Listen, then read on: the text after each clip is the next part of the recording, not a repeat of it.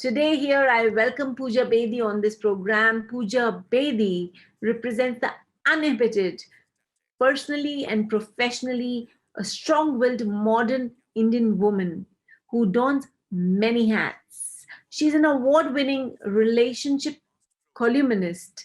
She's a founder of Happy Soul, which talks about the importance of mental health and happiness. We at CatFit endorse the physical and the mental health. It is a program based on the military applications and special forces, designed by not only for sports professionals, corporates, and householders, but also for students. We have with us Arpan Dixit, who is the global head of CatFit. Today, our discussion is rising back from the crisis. So, over to Arpan. Hi, thank you, Shefali, and welcome to our program, Pooja ji. Wonderful to have you on board. Thank you, Arpan. It's a pleasure to be here. It's a pleasure to associate with CatFit, and congratulations for all the amazing work that you're doing. Thank you so much, Pooja ji. To the layman, your life is all starry. Look at you now, gorgeous, beautiful, bubbly, smiling. And that infectious energy is there.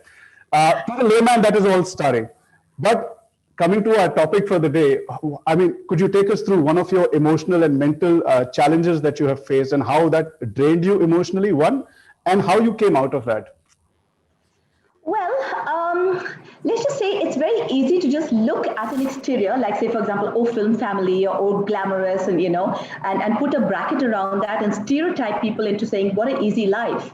Having said that, we're all human beings, Arpan, and whatever it is that we go through as a human being going through life. And being a star child is actually very difficult. If you think about it, everything in your life is in public domain. So when, for example, my mother decided to go streaking on the beach, it was hugely difficult for me going to school, having my friends tease me, telling me what the parents were saying. And there's a lot of trauma that is associated with, the fact that your parents may have had relationships or are divorced, and that becomes public fodder. And, one goes through a lot of challenges, even in terms of those things in life. Those are the emotional challenges. You have issues like, say, for example, I was sexually molested in my teenage years, by my stepfather. So those are, again, human experiences that you go through and you rise from, right? In addition to that, you have other experiences that you go through life with. And an emotional experience would be, say, for example, for me, from the age of, say, 27 to the time I was 32, that's approximately 4.5 years, I think I lost everything that was really important to me in my life.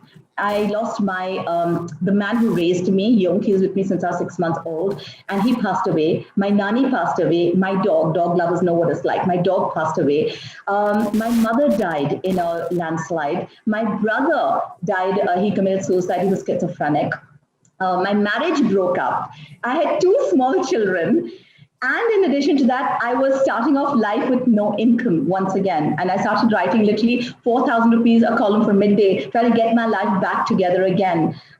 These are hugely challenging from the age of 27 to 32 when, you're just kind of developing your own sense of identity and going out there in the world and figuring things out. And it's a huge setback to lose every support system known to you at that point of time and still be really positive. And people saw me, I never cried. I never cried, I never lamented. Yes, there were times in private when I certainly cried. And I certainly let it all out because it's very important never to suppress things, but to experience it. But the idea is, what is the bigger picture? Yes, I can wallow in what has happened. I can look back at the past and wail. I can certainly do the martyr, why me, mere saath aise kyun hua? I can certainly do that, But at the end of the day, it's my life and these are my choices as to what happens to me doesn't define me. My attitude to what happens to me defines me.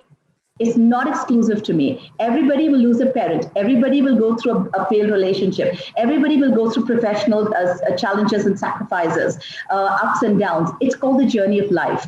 How I choose to embrace my challenges, rise from it, be stronger as a result of it, those are my choices. It's up to me how I handle crisis. It's up to me whether I allow myself to be scarred by it, to be bitter about it, or to be better because of it. And again, you spoke about you spoke about being physically molested. Now, Yes. when we go to a lot of schools and colleges, we find children, males as well as females, who've been physically molested or violated, for that matter. What is your message for them? Because we do find a lot of these children who, go into a shell, and they have these suicidal tendencies post that. Well, I think it's very important to take away stigma and shame from that. I think the moment you attach stigma and shame to it, a child will go in a shell. I think it's very important to tell people to speak up, to tell children they have rights and they must speak up. It is normally the family. It is always, I believe statistics state that almost 80% of sexual abuse cases take place with somebody known to the victim. So it is very important to speak up. And yes, there's so many times families push it aside because it's an uncle or it's somebody known to them, and they don't want to create a family drama or create a unpleasantness within the family. But I'm sorry, if somebody is a bad person, they need to be highlighted, spotlighted, and everybody needs to keep their kids away from them.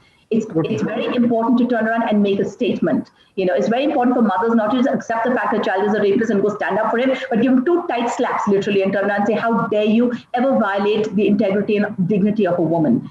It is women who need to stand up for other women, whether it is mother-in-laws standing up for daughter-in-laws who are having girl children, and they're being told to abort a female fetus, for example, and they're put through that kind of mental trauma because they want a boy in the family. Women have to stand up for women. I firmly believe that. And if there's a case where people are looking the other way, a woman's hand is always involved, and that is so unfortunate. That's very well said, Pooja. I really think so. I believe that we are writers and editors, protagonists of our own lives. Why do we limit our minds by our own thinking? And that's exactly what we keep doing to ourselves all the time. The topic today is rising back from the crisis. Where did the resilience to bounce back came from you? I need to know that mantra. All right. So basically, I think my parents really led by example. As you can see, they had really rebellious lives and they went out there and defied conventions and defied a whole bunch of stuff. And these days, you have trolls available to you. In those times, it was the media that was upon you in every possible way. So I think just watching them saying, if you can't take the heat, stay out of the kitchen. And the fact is, you choose to go down that path. You can't turn around and play victim. Say, "Hi, मेरे साथ ये क्यों हुआ?" "Hi, मैंने cleavage का dress पहना, किसी ने मेरा cleavage को क्यों देखा?" I'm sorry, it doesn't work that way. Take responsibility for yourself. Take responsibility for your actions. Firstly, that's very important to understand that, because everything in life is your choice.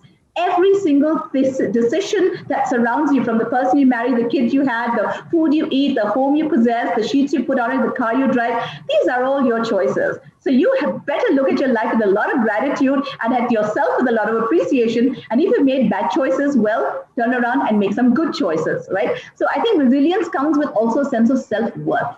Okay, a lot of people don't feel good enough and they accept the bad that's happening in their life because they feel they can get no better or they can do no more and that they don't deserve more in their life.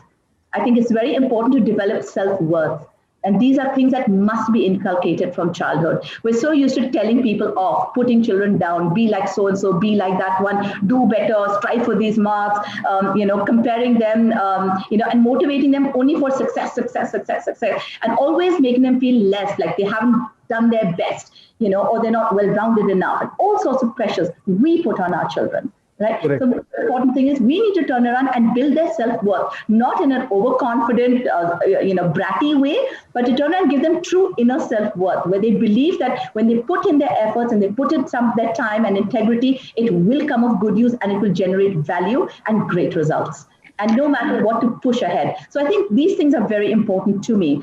Also, I think these programmings that we have, all of us, whoever's watching this, we all have these programs, self-worth programs and other programs, limiting belief systems that we've all been programmed with, right?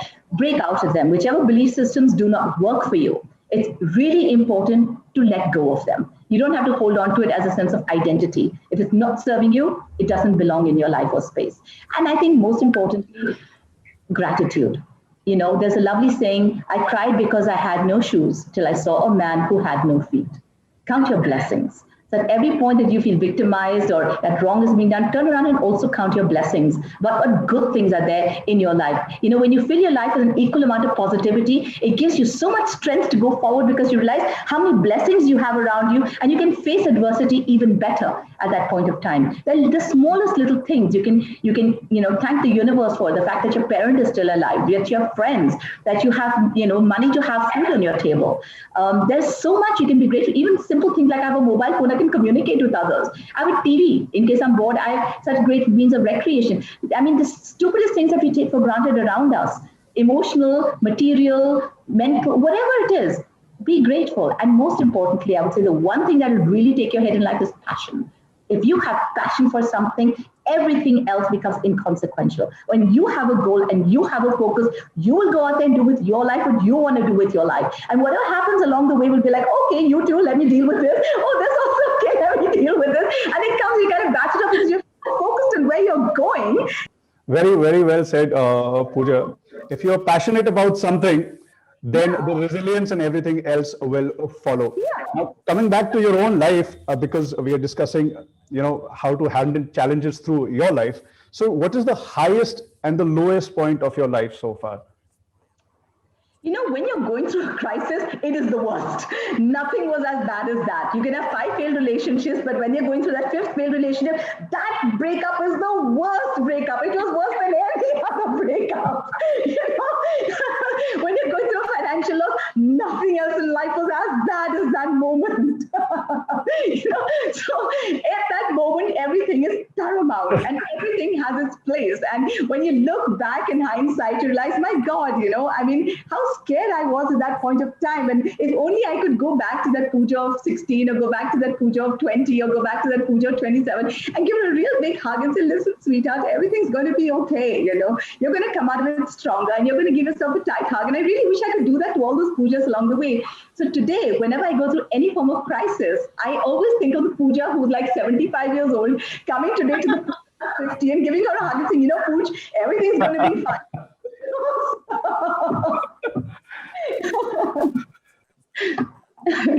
Very well said, Pooja. I think we can all use this little mantra for our own self. Along with the energy.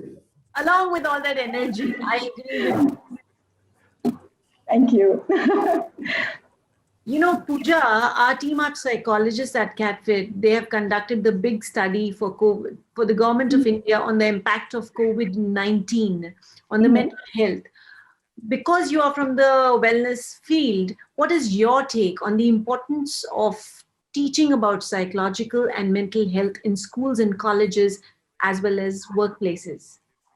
Well, I think it's extremely important to give children coping skills. Yeah, as we know, the world is getting more and more, it's getting smaller in every way thanks to technology. You have access to so much information, and information can be used and information can also be misused, right? You have so many kids who are addicted to these laptops and these devices, and parents are worried saying they're full time, they're just engaged in this and they don't have any outside coping skills, and they're just completely immersed in these screens, whether it's your laptop, whether it's your mobile, whether it's your PlayStation games, and there's this genuine level of concern. I get it. But the fact is, at the end of the day, this is the new generation and this is their life and this will be their reality. So our job isn't to tell them don't go and don't do, because they will do. It is their world. And if they want to do it, they'll be disconnected from a future that is impending. So I would turn around instead and tell parents and tell schools, for example, give those children coping skills to deal with the fact that we are human, going to a very robotic space in so many ways.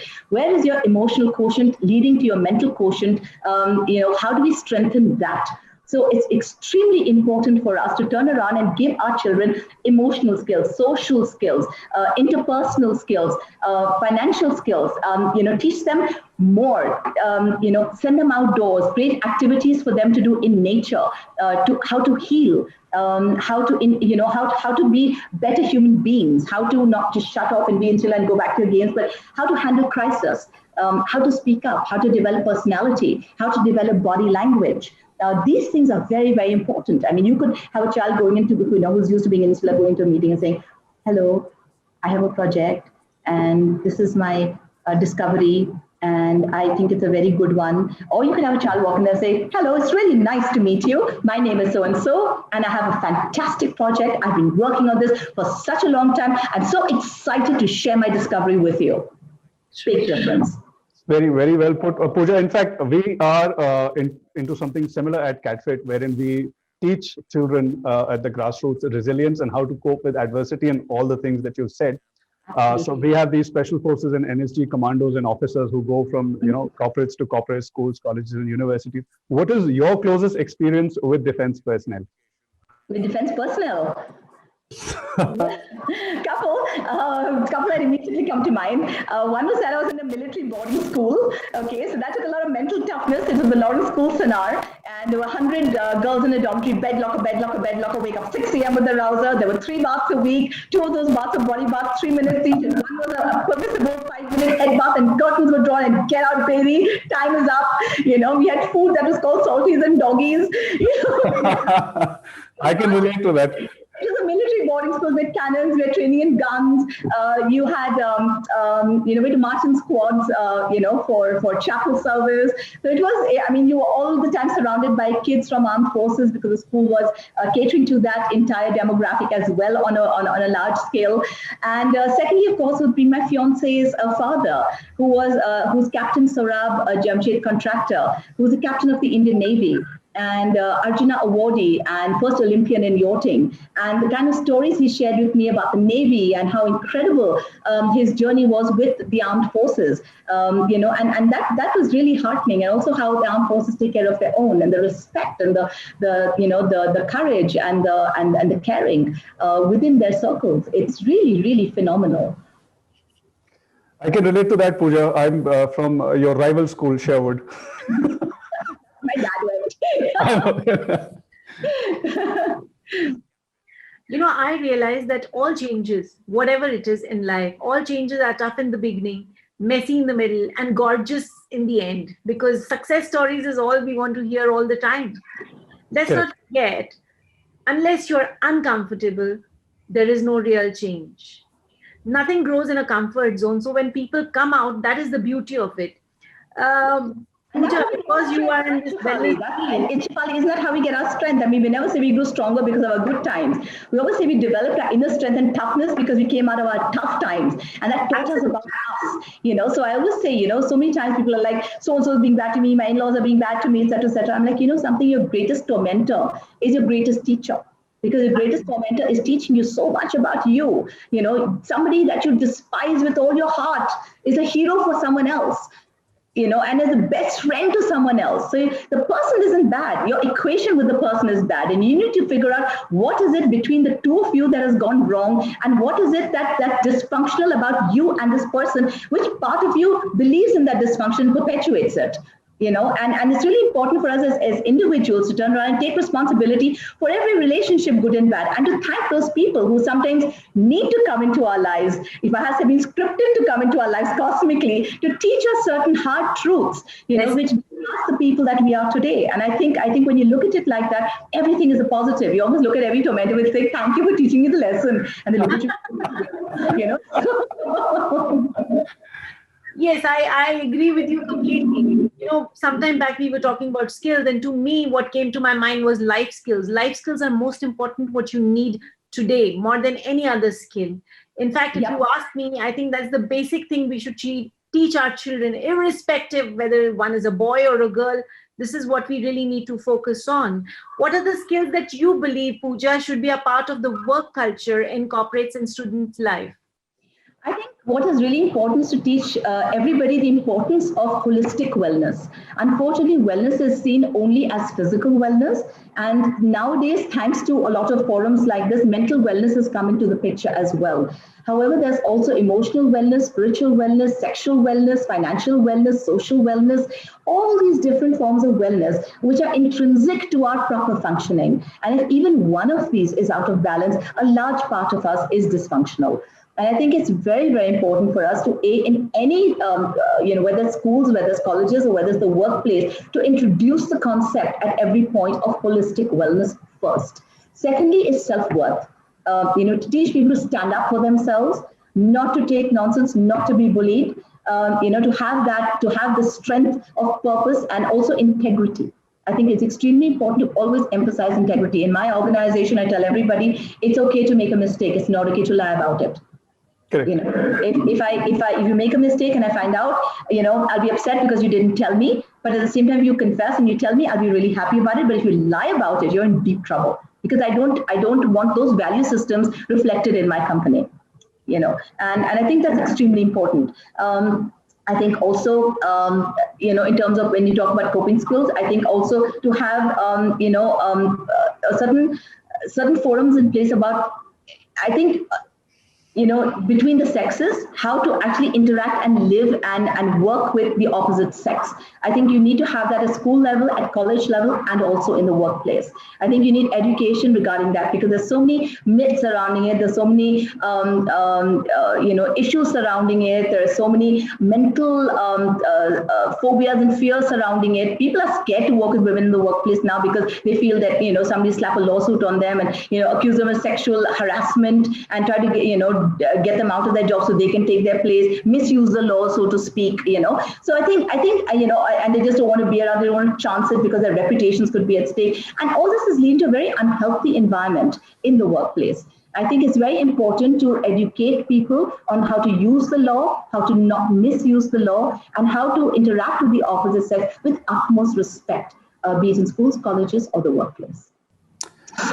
So Arpan, you basically have these psychologists on board at CatFit, right? Who are basically doing a lot of research in mental health, and they've kind of put forward all their findings and research, etc. So, would you like to share some of that with the viewers? Because I think it's really important, given the body of work that CatFit has done, to share some of that.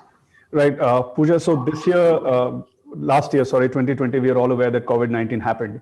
So 4 of our psychologists were part of the Government of India study. And in this study, the whole idea was to, find out the impact of COVID-19 on mental health.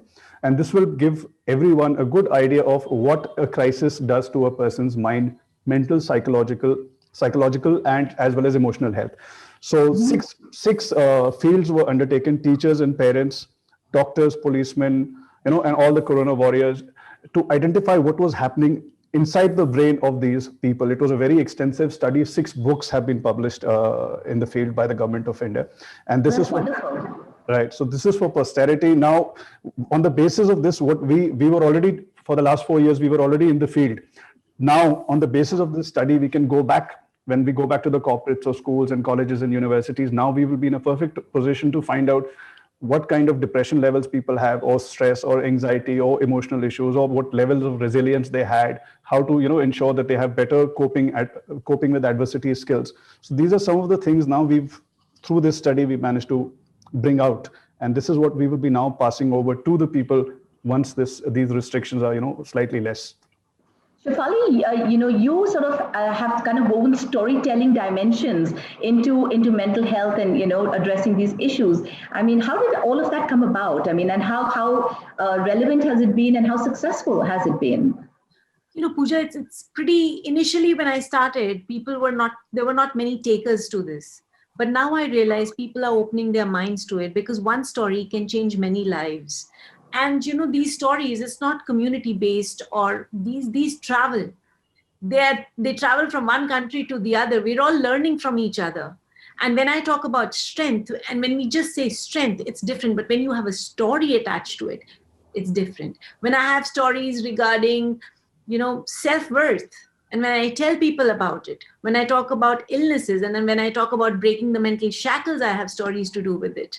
So then people will always remember the story, and that's the impact a story does. And in fact, a lot of times Arpan and I are discussing about it, that, schools must take storytelling as a very serious subject, because they really transform people. They really do. It's the stories with regard to strength, not just of women from now, even from the past. It creates such an impact. It is unbelievable how one story can actually change many lives. Absolutely. My mother, she wrote a book called Time Pass. And during the course of her life, she had inspired so many women by just the way she led her life. And post her, her death, when this book was published, over the years, it is astounding how many women have walked up to me, including men, and told me how that book changed their life forever. I had a man come up to me and tell me how he was on the brink of suicide, and he read that book, and it took him right back and back, from the edge. And it's so incredible to know that just stories, the story for life, just the authenticity and the integrity with which it was told, can be so life transforming. And then of course you have so many real life incidents along the way also, like this woman who was pushed off a train and she lost her legs, and she turned around and could have played the martyr and cried and been done the whole victim role, and she said, well, there's a reason I'm still alive.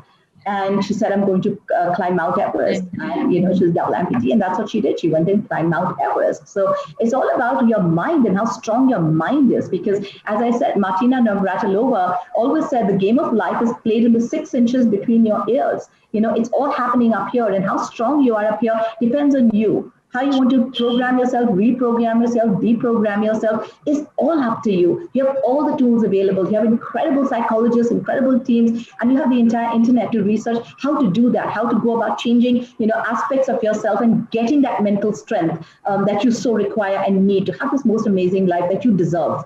And I think that's the most important thing that we should share today, is to tell people the power to change lies with them. And it is their choice to stay where they are, and it's their choice to move on and move ahead and go from strength to strength. That's true. That's a fact. Nobody can change your life. You alone can change your life for yourself. Like I always say, no one can dance your dance because it's only yours. Yeah, absolutely. So that was, ladies and gentlemen, Pooja Bedi. If next time you see us or facing some issues in your life, please go back to YouTube or any other social media channel. Watch this again. Someone who went through everything, someone who we feel is all starry, but she's gone through the trials and tribulations of life, from being physically having issues with other people trying to molest her, from having career issues, and then finally goes on to find what? Happy souls. Good evening and Jai Hind. For more such videos, subscribe to the NewsX YouTube channel, hit the bell icon.